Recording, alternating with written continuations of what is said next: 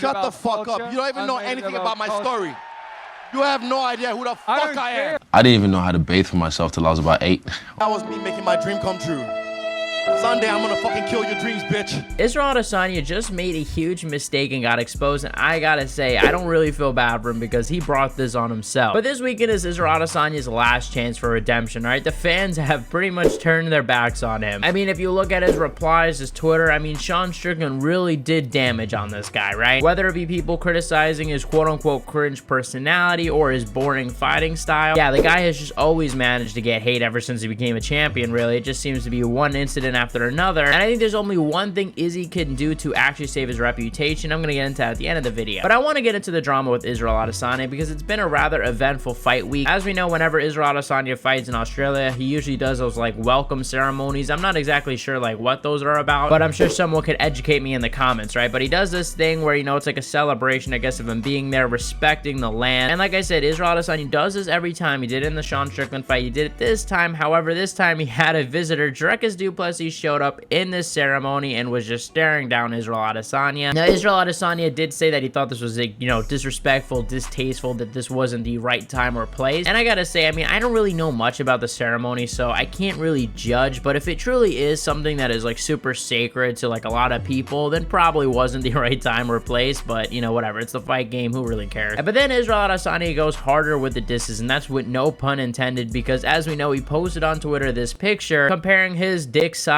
to Dricus du Plessis. Honestly, I felt like this got too much hate. You know, I don't think Israel Adesanya was expecting this, you know, to drop and everyone to be like, oh my god. I think the most embarrassing thing Israel Adesanya has done is when it comes to questioning Dricus's privilege. And yeah, this was a big mistake from Israel Adesanya, seeing that we all know his past. But let's get into it, guys. Israel Adesanya had an interview with TMZ in the beginning of the fight week talking about Dricus du Plessis, claiming that he's privileged, claiming that he comes from a privileged place, saying that he lived behind gates and didn't have to deal with anything in South Africa or Africa at all. You know, I respect Dricus to the level. He's a bitch for what he said. He's a bitch because Dricus is saying, I trained in Africa, I do this in Africa. And then people like Razak and myself who are forced to flee our own country because of, you know, a better opportunity. He'll never understand that because he lives behind the fucking gates of his privileged life in South Africa, and he's able to do that there. Now, obviously, this is all connected to their beef about Africa. Who is quote unquote more African? Is it the guy who lives in Africa, or is it the guy that was born in there and left? Now, I just think this is crazy to just assume about a person, right? Like, I don't think Israel Adesanya has any knowledge about how Dricus du Plessis grew up, so I just think it was just stupid to say this, especially when people started doing some digging around Israel Adesanya's background, and they didn't have to do much digging because this is a pretty known fact, but Israel Adesanya had servants when he was younger. Yes, this is true, and I will say that, yeah, apparently servants are more popular in like other countries like Nigeria and things like that, but what doesn't change anything is the fact that apparently Israel Adesanya himself admitted that he didn't know how to bathe himself until 8 years old because his servants did it for him. Yeah, I didn't even know how to bathe for myself till I was about 8 or 7 or something, because we had housemaids, you know, cooking for us, bathing us. And it wasn't until like, I think maybe 8 years old, I realized this wasn't like every kid that had that. So I was like, nah, I can do it myself now. Brush my own teeth. If you want to talk about privilege, it's not having to bathe yourself until you're 8 years old. Like seriously, like my mom would throw me in the sink when I was 2 years old, you know? But the story doesn't end here, as the UFC had a press conference overnight, and Israel Adesanya broke down in tears talking about the privilege conversation, you know, the conversation that he brought up. But essentially, of course, the whole African beef got brought up at the press conference, and Israel Adesanya was at first very mad at Dricus du Plessis. They had this exchange. Servants with you, have you going back? What the fuck are you even on about? I Bro, made it shut about the fuck culture. up. You don't even know anything about my culture. story. You have no idea who the fuck I don't care am. about your story. I don't care. But then afterwards, Israel Adesanya took some time, I guess, to breathe and broke down in tears talking about it. And here's the clip. He touched the subject there because I do this for my family. I do this for the people I love, and I'll fight for you forever. I swear to God. Watch this. Look, I'm a fucking human being. I am a man. I can cry and whoop your ass at the same time. That was me making my dream come true.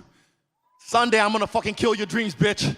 I want to fucking kill your dreams. And I'm sorry, but this whole crying act is ridiculous. Number one, look, let's assume Adesanya is telling the truth. And let's just say that for some reason he had a recording of himself, you know, years ago saying he had servants, and now conveniently changes his story when it suits his narrative. But let's give Adesanya the benefit of the doubt, right? Let's do that in this case. So why is Dricus du Plessis not allowed to assume Israel Adesanya's background, but Adesanya could assume all the things he wants about Dricus du Plessis, about him being privileged? It's essentially the same thing. They're both doing the same to each other, so I don't get Adesanya, you know, getting all up in arms. For all he knows, Dricus could also have a bad background too. It is just ridiculous. But let me know what you guys think in the comment section below. Who's in the right here? But Israel Adesanya, like I said, this weekend, he has one chance, right? This is his big redemption moment to redeem himself in front of the fans, because the fans are really not liking him, right? And for a lot of reasons, as I mentioned in the beginning, he's had a lot of controversies. Last time with the Sean Strickland fight, Sean Strickland brought up the stuff with the dog and some of his other controversies. Plus, a lot of people think he's on steroids. I'm not saying he is, just saying a lot of people think he is. As you guys know, I don't like to publicly accuse people of steroids just because the opposite could be true and I'm just like totally wrong, just lying about the person. So I'm not going to comment on if he is, if I think he is or not. But regardless, you could even look at his boring fighting style, right? Like, he does have some boring fights. He sometimes will just sit back and let the fight happen. That's why he lost to Sean Strickland. But when people are usually aggressive, that is when he gets those good performances. And Dricus is an aggressive guy, so I do think that there is maybe a chance we could see an Israel Adesanya knockout. And if he gets that knockout, I think that is the only way he can redeem himself. He needs a big performance like he did against Paulo Costa, like he did against Alex Pereira the second time, like he did against Robert Whittaker the first time. He definitely cannot go out there like he did against Yoel Romero. He definitely can't go out there like he did against Marvin Vettori, and he definitely cannot go out there like he did against Sean Strickland, because if he does, I think he's either in the same boat or might even lose the fight. I made my prediction earlier this week. You guys can go check it out. Also made a video talking about Conor McGregor not fighting in December. I don't know if he is. Honestly, guys, that's just depressing. Thank you guys for watching. You guys are the best fan base in MMA. Let me know what you guys think in the comment section below, and I'll see you guys